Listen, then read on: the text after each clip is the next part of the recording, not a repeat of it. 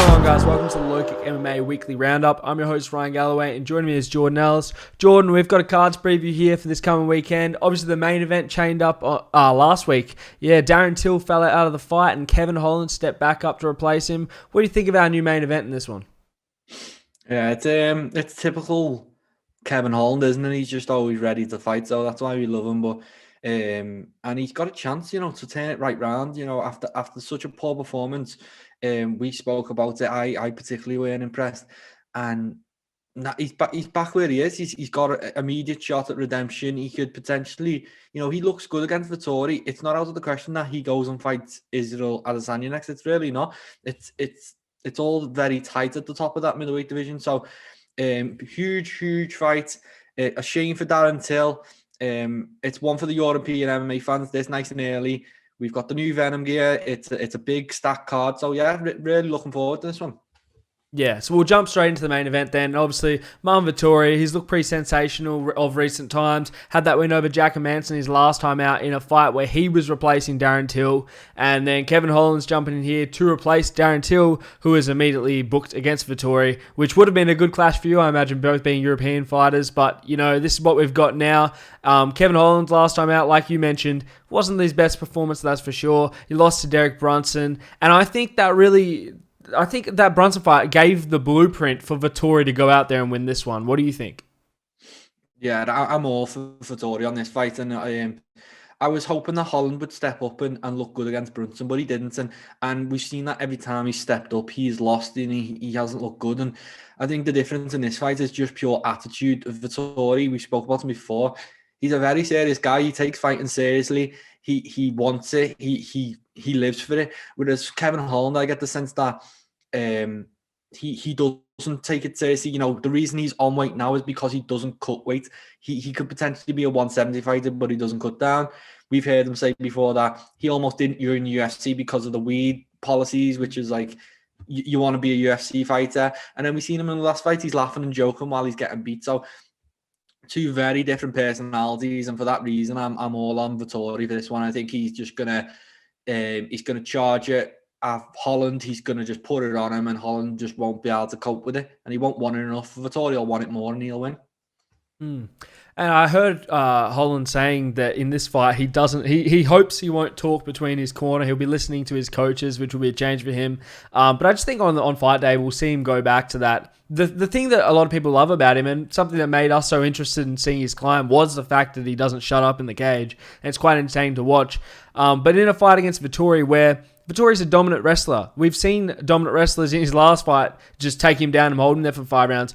What does Holland change this time around to stop Vettori from doing that? And I hope he has made changes, and I know it's only been 2 weeks or whatever, but I hope he's changed the game plan enough to make this an interesting fight.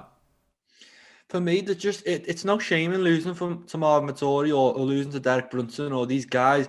There's just a way to lose, and sitting on your back, not trying. And that was the thing. He didn't seem to be trying. He seemed to have plenty in the gas tank. So, from a fan's point of view, someone who has enjoyed Kevin's rise to the top, I want to see him at least give it a go. He can lose, he could get out grappled, but try and stand to your feet, shut the hell up, basically, and fight.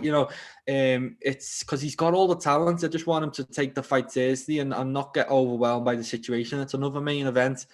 It's on ABC, so it's potentially a bigger card than the one previously. So I don't want him to get overwhelmed. I want to see the best Kevin Holland. That's all I want to see, and that might not be enough, but at least he can go out with his head held high, and he's not going to be getting stick for the next so many months. So yeah, that's all I want to see. I'm not sure technically what he can change. He is vulnerable to getting taken down, but he's just got to fight, and that's all I want to see. And you did mention before that you thought with a win here, Holland might put himself back into title contention. I seem to disagree with you on this one. I think with a win in this fight, Holland gets himself the Darren Till fight. That's what I see going down here. Because they're going to want to give Darren Till that number one contender-esque fight. I know there's a lot of moving parts in middleweight. So I think the winner of this is potentially Till's next fight. Although Vettori being just booked against him, if Vettori gets the win here, you got to think he gets the number one contender. or a title shot next. I just don't know if they push him straight into a title shot, especially if Whittaker gets a win against Gastelum next weekend. The weekend after, sorry. It wouldn't make a lot of sense for Vettori to jump over Whittaker, who's on a 3-fight win streak against number 1 contenders. So yeah, it will be interesting to see. What do you think happens if Vettori wins this one? It depends what Izzy wants. If Izzy wants to turn around quite quickly and fight in the summer, I think it will be Vettori. I think it'll be Vettori or Holland, whoever wins this. I don't think Whittaker's he's not chomping at the bit for that fight. He's not just going to jump in. It'll be later in the year. He'll want some time off. He seems to be a real a thinking fighter now. He's not just jumping at every opportunity. He's picking his moments, and good luck to him with that. But that's why I say Vettori or Holland could potentially be next, because I think Izzy will want to fight in the summer. Will Whittaker be ready to fight in June, July, August? I don't think he will. I think he'll want to come back later in the year. So that's why I say that. But obviously, if Whittaker wins his next fight, he's the number one guy. He's already the number one guy, but it's about moving parts. It's the same with Jones and the UFC, where I think Lewis is going to be next because they've got stuff to sort out. Same with Whittaker. It's all got to fall in for place for him just as much as Izzy. And the other thing is, we can't forget that Gastelum could win that fight. And if Gastelum wins that fight, I think there's a bit more appeal in a rematch between Izzy and Gastelum than Izzy and Vettori. I mean, how close was that Gastelum fight? I know Izzy got the finish in the... Oh, he didn't, did he? He went to the decision, but he looked like he was going to finish him in the 5th, whereas the Vettori fight was also a decision. But I feel like there's more appeal in a Gastelum rematch. And Paulo Costa is still a moving part there. So, yeah, it's not clear what's going to happen on that one. But, yeah, we'll jump into the co-main event now. And we got a featherweight match between Arnold Allen and Sadiq Yusuff. I believe Arnold Allen hasn't fought in about a year, am I right? It's been a while. I spoke to him just before Christmas, and he was meant to be fighting Jeremy Stevens. He pulled out, and it just hasn't happened. And some people have been like that with this lockdown and COVID and all that stuff. Some people have thrived and been able to jump in and out, but we've seen people like Arnold Allen and other people have just struggled to get fights. Leon Edwards too. So yeah, very excited to see him back in, and especially against someone like Sadiq. Yeah, I mean, he's still number 10, which is just goes to show how the featherweight division has slowly crept through. I mean, Ryan Hall's, I believe, still 15. He hasn't fought in a while. It's kind of a slow-moving division compared to something like middleweight or like bantamweight, where it's non-stop. But this is an interesting match, and I think it's almost, to me, seems more like it's favored towards Allen to grind out Yusuff in this one. I know Yusuf's more of a technical striker, but I feel like Allen's style is probably the one that's going to emerge victorious in this matchup. What do you think? How do you think they match up? Yeah, I've been proper torn on this one, because this is, for me, it's the perfect fight to make. They're both in the rankings, but they're not necessarily named yet. And I think one of them, whoever emerges from this, can go on and fight top 5 names and be a true contender. Mm-hmm. I originally thought Sadiq would get him. I just think Arnold Allen, he's just a bit hittable for my liking. As an Englishman, I don't want to see me countrymen getting hit that much. And Sadiq is a huge puncher. But then at the same time, I've seen no vulnerabilities in terms of Allen's chin. So I have swung back towards him as I've been watching a bit of Sadiq. And he's been hurt. He got dropped by Gabriel Benitez pretty hard. And I think a better fighter would have swarmed and finished him. So I think he could come flying in, and Arnold can pick him off and potentially get a big finish. I think a finish for either guy in this fight would be huge, because it really does propel them. It puts them in there. Zabit and Yair Rodriguez, they're on the way back. They're looking for fights. There's all kinds going on at the top of that division, and one of them can nag a big fighter. So huge. I'm going for Allen. I've been torn over it, but ultimately I'm picking him.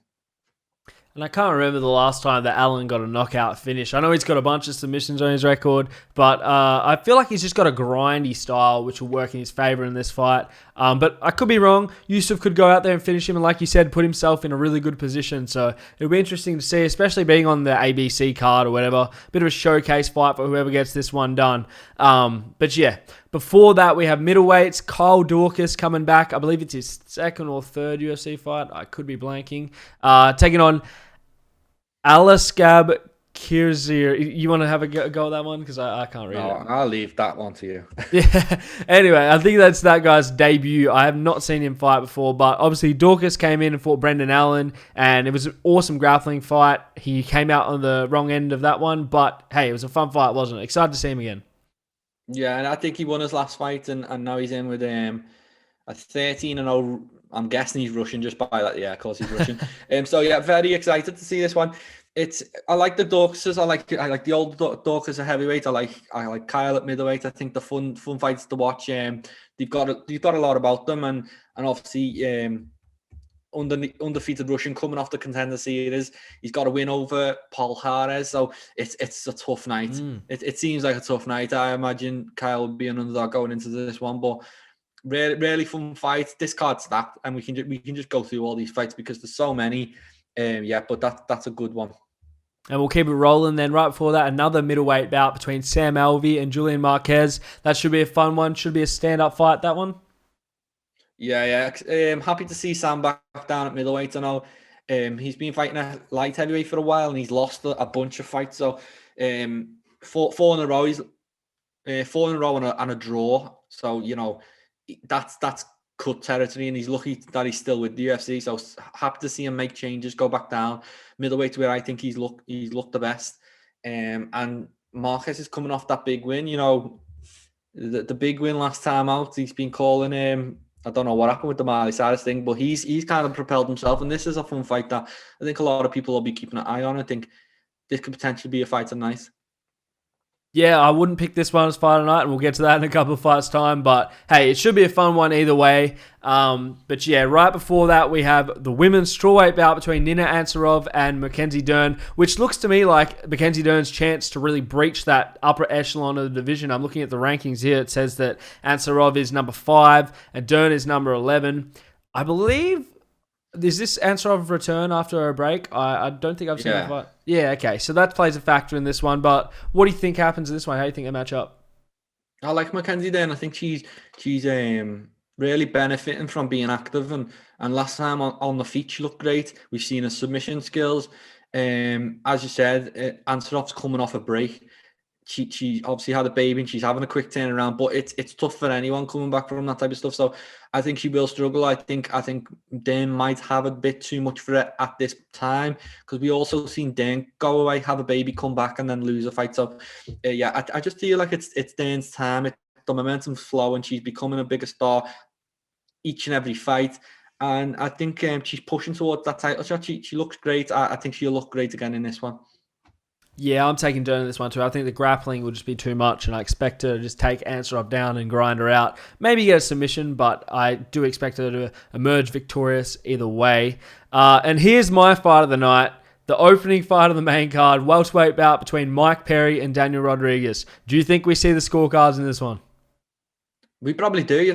Mike Perry has not got that pop in his punch he used to have. He hasn't had a knockout in I think it's about 6 years or something crazy like that. So, I'm Mike Perry. I would usually pick this fight as fight of the night, but his last fight, Mike Perry, I just didn't like what he was doing. There was no head movements. I think a guy like Tim Means is someone he would have beat a few years ago. I'm not sure how much his heart's in fighting anymore, how much he wants it. Obviously, a guy like Daniel Rodriguez, if you don't want it, he's gonna put that on show. So, interesting fight, fun fight. I'm just not feeling Mike Perry and his whole vibe at the minute. Yeah, I feel you. It's interesting how they crafted this card. Like, that's the first fight on the main card, but I feel like that's because of where it is and being on ABC or whatever it is. They want a name value fight to start it off and get people into it, which is an interesting choice. We'll hop into prelims then. We'll just pick through a couple of them. The feature prelim is Jim Miller taking on Joe Selecki. What do you think of that one? Yeah, I like Jim Miller, and I like having them around. There's a place for these older guys, and he's not at the level he used to be. He was once a lightweight contender, but now he's a guy who is there to test these youngsters. Like Joe Selecki's just come into the UFC, throwing him to Jim Miller. This is a true acid test. If you get past Jim Miller, you're probably onto big things, and we've seen some other people fall short, and it'll be interesting to see how Joe gets on. Yeah, I agree with you there. I'll throw it to you then. Is there any other prelims you want to grab before we move on? Let's have a look. So, I like the next one. We've got Scott Holtzman against Mateusz Gamrot. If you remember, the Gamrot had that great fight with the Georgian guy. I'm not even going to try and butcher his name, but basically they had a great fight. I thought Mateusz did enough to win, but it was a really fun fight, and he's a champion coming over from Europe. That was his first loss in his UFC debut, and I'm expecting him to really, put on a statement and look great in this fight. Besides that, we've also got Jack Shore on the card, who's one of the UK's brightest prospects. He's in there with Hunter Azor, so that's a cool fight that I'll be looking out for. Yeah, really stacked card. I'm just counting as a bunch of fights. It's a really big card. It starts early. Unfortunately, we don't get till in the main event, but still a great main event, and I can't wait. Yeah, that's how they do these. The ABC cards, right? The first one was a big card as well. But I'm looking at the times here, and main card starts at 3 a.m. That's pretty brutal, that one for me. But hey, I'm sure it's great for you. We can move on now, I guess. I've got some other stuff before we jump to news. What I do want to bring up is tomorrow morning, really early for you, reasonable time for me. One Championship are having their first event on TNT, I think the network is. Demetrius Johnson challenging for the flyweight title against Adriano Moraes. I just want to touch on this one. What do you think of that fight and the other fights on the card? Yeah, it's a stacked card, and one are making moves, aren't they? Really, all these TNT cards are stacked, and we've been lucky enough to speak to pretty much everyone fighting on these cards, and it's just I'm really excited. I think I'll probably be staying up. A midweek fight for me, and I'll be doing a late one. But yeah, really excited. I was looking at the size difference. DJ's smaller in this one, and I'm interested to see how he does with that. And then you also got Eddie Alvarez. When I spoke to him, he's talking. He wants a title shot. He wants to cement himself as potentially the greatest lightweight of all time. And then and it's just and we've also got the Senegalese wrestling guy who every time we post about him, lots of hype, lots of buzz, and he's fighting too. So really fun card. Want to make moves. It's going to be exciting to see them in 2021 and moving forward. Yeah, and I will give a quick shout out to Daniel Williams from Perth, Australia, who takes on Rod Tang in the opening fight on the main card. Really tough test for him, but he's exceptional at Muay Thai, and he's got a pretty good record in MMA as well. He's starting to come up through the pro ranks here in MMA as well. So it'll be interesting to see how he fares against Rod Tang. If he gets the win there, you gotta imagine that puts him in a really good position. I know it's at catch weight and not for the belt, but yeah, excited for that one. And obviously the Alvarez and Johnson fight should be great. I think that's pretty much all I'll cover on the card. We'll jump to news then. The biggest thing I've got here is Venum's new gear. What did you think of it? Yeah, I like it. I think it's cool. Obviously, I understand the UFC's point is that you can't have just people, turning up with just whatever they want on, because sometimes it is unprofessional. There's I remember there was a guy who turned up in Speedos. There was a guy who turned up with a tag still on his shorts that he literally just popped the shop and bought. So I understand the UFC. They want to be professional. They want to look professional, but at the same time, you want originality. So. Just for example, someone like Paddy Pimblett, who's coming over from the UK, he's known for wearing his orange shorts. They're pretty. He's already got his reputation for wearing them. So to take them away, you're taking away part of his personality and part of his selling point. So I hope they can make them a bit more original. Maybe allow the fighters to make requests and things like that, rather than just putting everyone in the same stuff. But yeah, I think it looks good. Generally. Yeah, I think they look a bit simple, but it's good. Don't get me wrong, it looks clean. But I was seeing on Twitter that Venum actually did some of the outfitting for One Championship for an event they held, or maybe back in the day. I just saw it on Twitter, and it looked more like Venum's gear traditionally does, which is over the top and all the snake heads and whatnot. And I actually thought it looked better than the kit they've done for the UFC. But I feel like the UFC really just, like you said, wanted something nice and simple and clean, uniform, you know what I mean? But it looks a lot like the Reebok gear, so I really don't think it's going to be a big change from what we were seeing in the last fights, No, I like the fact that Venum's on board, though. They are a true MMA brand. They've been around since I can remember watching the UFC, and it's I'd rather see them doing it than Reebok. It's weird that the people that they went to go with in terms of who's advertising, it's Brian Ortega, Sterling, and Kay Hansen. They're the athletes they've got. So it seems like, I don't know if some fighters have stayed with Reebok in terms of, the brands they're going to wear outside the octagon or things like that. But it seems weird that they didn't go with for such a big launch, they didn't go with the biggest stars.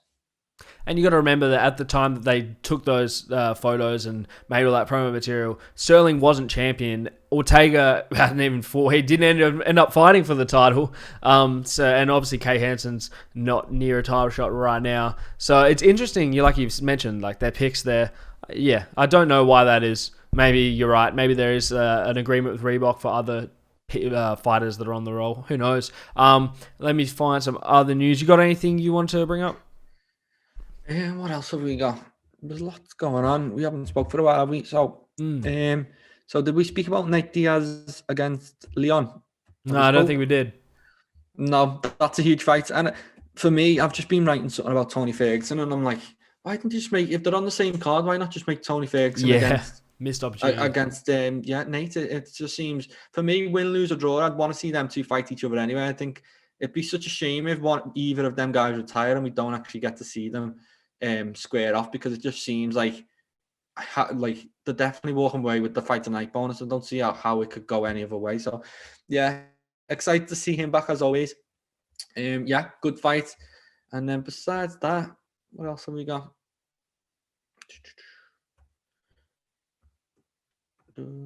Connor and Dustin trilogy got booked for July 10th, so that's happening.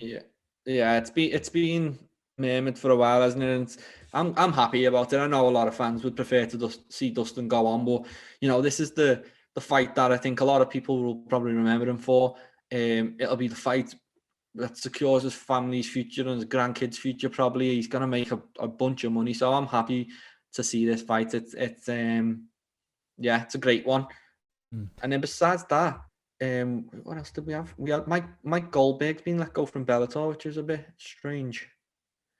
Yeah, I've talked about Bellator. Didn't they have a card the other day and Pitbull choked? Who did he finish? I'm blanking on this. Who did he fight? Sanchez. Yeah, that was a good finish. You see that one? Yeah, and that's exactly what he said to us when we spoke to him. He was saying, the first fight was close, but it's not going to be close this time. I'm going to prove that, I'm the best, featherweight, lightweight. I'm the man, basically. And that's exactly what he went in and done. He went in and made a big statement. He's pissed off with he doesn't feel like he gets the respect he deserves just because he's in Bellator. But for me, he's one of the best featherweight fighters in the world. And no matter what promotion he's in, he looks fantastic. He always does. And to make a statement like that in the rematches was epic.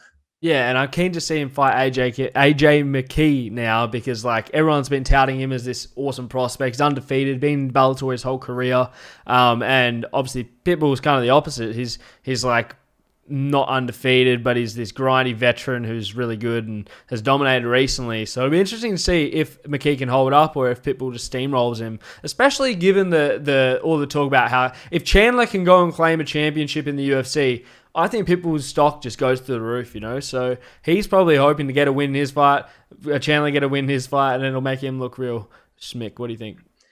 Yeah, and I think McKee's one of the biggest, prospects in the sport for me. I think he's not even a prospect anymore. He's in the title shot, but he's looked fantastic. That guillotine last time out was, amazing, and he seems like a potential star. And Bellator want to keep hold of him, but it'll be interesting to see how it all plays out, because obviously with the champion feeling disrespected, he's the champion. So is McKee even want to stay at Bellator? You're not sure. So very interesting. Bellator's booming now as well. We've been speaking to a lot of their fighters, and they're putting on big events. So there's lots going on in 2021. It seemed like the UFC were running away with it for a while, but everyone else is slowly catching up, and they're putting all the big fighters out all at the same time. So very fun time to be an MMA fan. Absolutely, and it'll be fun to see them all unfold, especially this weekend. But that'll be pretty much a wrap it up there. We'll speak to you next week to preview the Whittaker vs. Gaslam card and recap all the action from this past weekend. Thanks for watching, guys. Speak to you then. Thanks, guys. Make sure to subscribe to the LowKick MMA YouTube channel for all the latest news, event previews, and interviews with some of the biggest stars in MMA.